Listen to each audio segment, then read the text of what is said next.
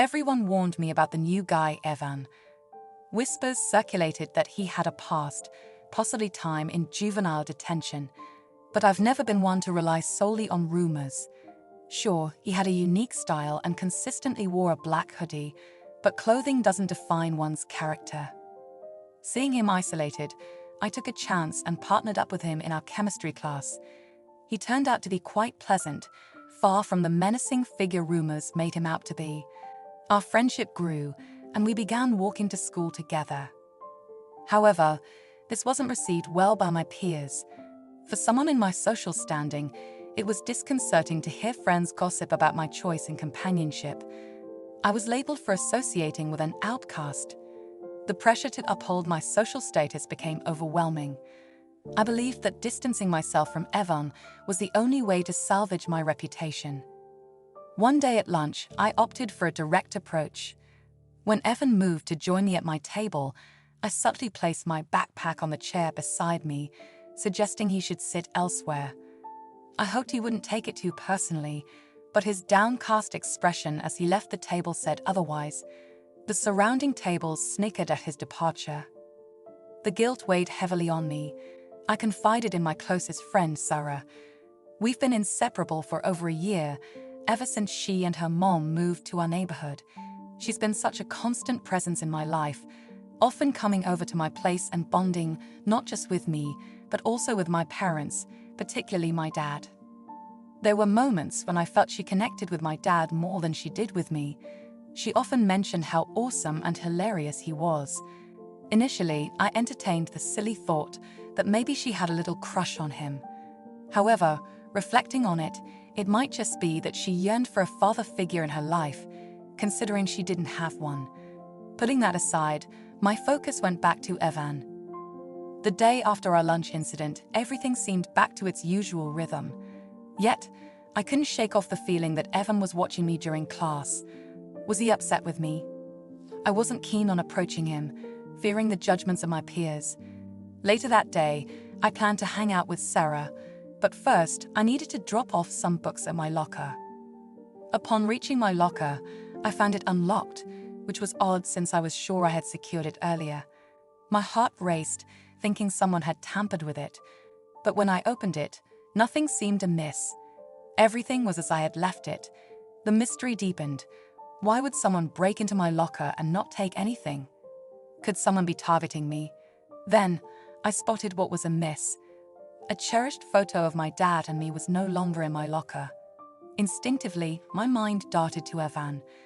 Was he trying to unsettle me by taking such a personal item? Sharing my suspicions with Sarah, she dismissed it, suggesting I might have just been careless.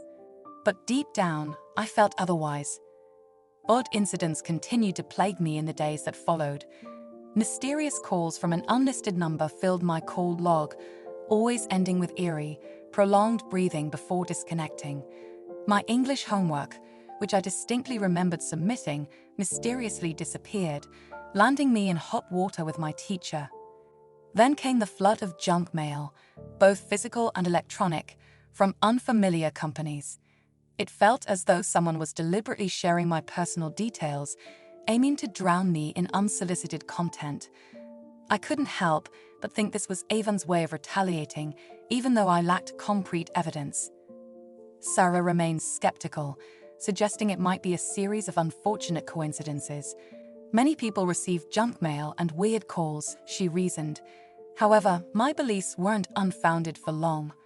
One evening, I tried accessing my Instagram account only to discover the password had been altered. Someone had breached my account. My profile had been maliciously altered. The current profile picture was of a woman, heavily edited to bear a striking resemblance to me, in a demeaning and disheveled state. To add to the invasion, there were images captured via my webcam that I hadn't taken. The betrayal felt raw and agonizing. Sarah was my first call, my voice shaking with sobs. She swiftly took action, reporting the account in hopes of removing the offensive content, but the damage was done. There were already malicious comments from my schoolmates, and now I faced the daunting task of clarifying my innocence in this humiliating ordeal. But what transpired the following evening was even more harrowing. After staying late at school for an art project, dusk had settled by the time I started my walk home. Paranoia gnawed at me, with every rustle or distant noise making me glance over my shoulder. Soon, I unmistakably heard footsteps, growing progressively closer. Panic welled up inside me, and my walk turned into a sprint. A glance backward revealed a figure in a black hoodie, his face obscured and hands buried deep in pockets, as if concealing something sinister. Fear, assuming the shape of adrenaline, propelled me forward. I dashed across the road to my home, nearly colliding with an oncoming vehicle. The car horn blared, and angry shouts echoed in the air, but I didn't stop. All I wanted was to get to safety. I sprinted towards my home, my heart racing. As I neared the front door, I was met with an unexpected sight: Evan, standing in the shadows. How had he managed to get ahead of me? Without thinking, I veered into my neighbor's yard, taking cover behind a shrubbery. Peeking out, I watched Evan surveying the surroundings, trying to locate me. Every shadowy movement, every rustle intensified my fear. Was he here to hurt me? As he gave up his search and began to walk away, relief began to seep in, only to be replaced by astonishment. My dad's car pulled into our driveway, headlights illuminating Evan. At least with Dad home, I could share everything with him. But as my father approached, the stranger pulled down their hood. It wasn't Evan, it was Sarah. Confusion clouded my mind. Why was she in a hoodie reminiscent of Evan's? Why was she seemingly pursuing me? Had this all been a cruel prank? I watched in disbelief as my father, appearing familiar and at ease, invited Sarah inside. For what felt like hours, I remained outside, struggling to process the evening's events. Gathering my courage, I finally entered. Sarah was comfortably seated, ready for dinner, acting as if nothing out of the ordinary had occurred. Her incriminating hoodie was nowhere in sight. Throughout dinner, I maintained composure, but internally I was a turmoil of emotions. Once Sarah left, I poured out the entire story to my dad. To my dismay, he brushed it off, stating Sarah was too kind-hearted to engage in such sinister games. Overwhelmed and frightened, I couldn't bring myself to attend school the following day. Feigning a stomachache, I convinced my dad to let me skip school. His dubious look hinted he wasn't entirely convinced, but he didn't object. By afternoon, resolve had set in. I needed answers, and I was certain they could be found in Sarah's room. Sarah's family hid their spare key within a forked rock. Locating it was almost second nature, given the countless times I'd used it. Slipping inside her home, I made my way to her bedroom.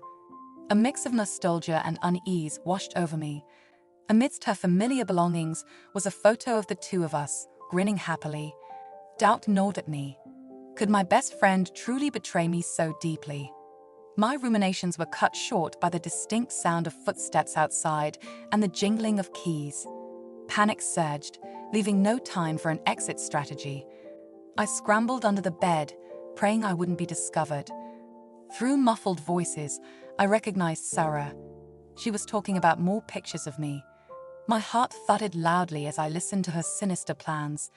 But what truly sent chills down my spine was when I recognized the voice of her accomplice. Evan. All the pieces seemed to be falling into a terrifying puzzle. Had been involved in similar incidents in her previous school. It was a pattern of behavior that she exhibited when she felt slighted or jealous. Her previous victim had been a girl who was seemingly more popular and had what Sarah believed was a better family situation. The incidents there hadn't gone as far as hacking or theft, but there was evidence of her using psychological manipulation and creating fake online profiles to spread rumors.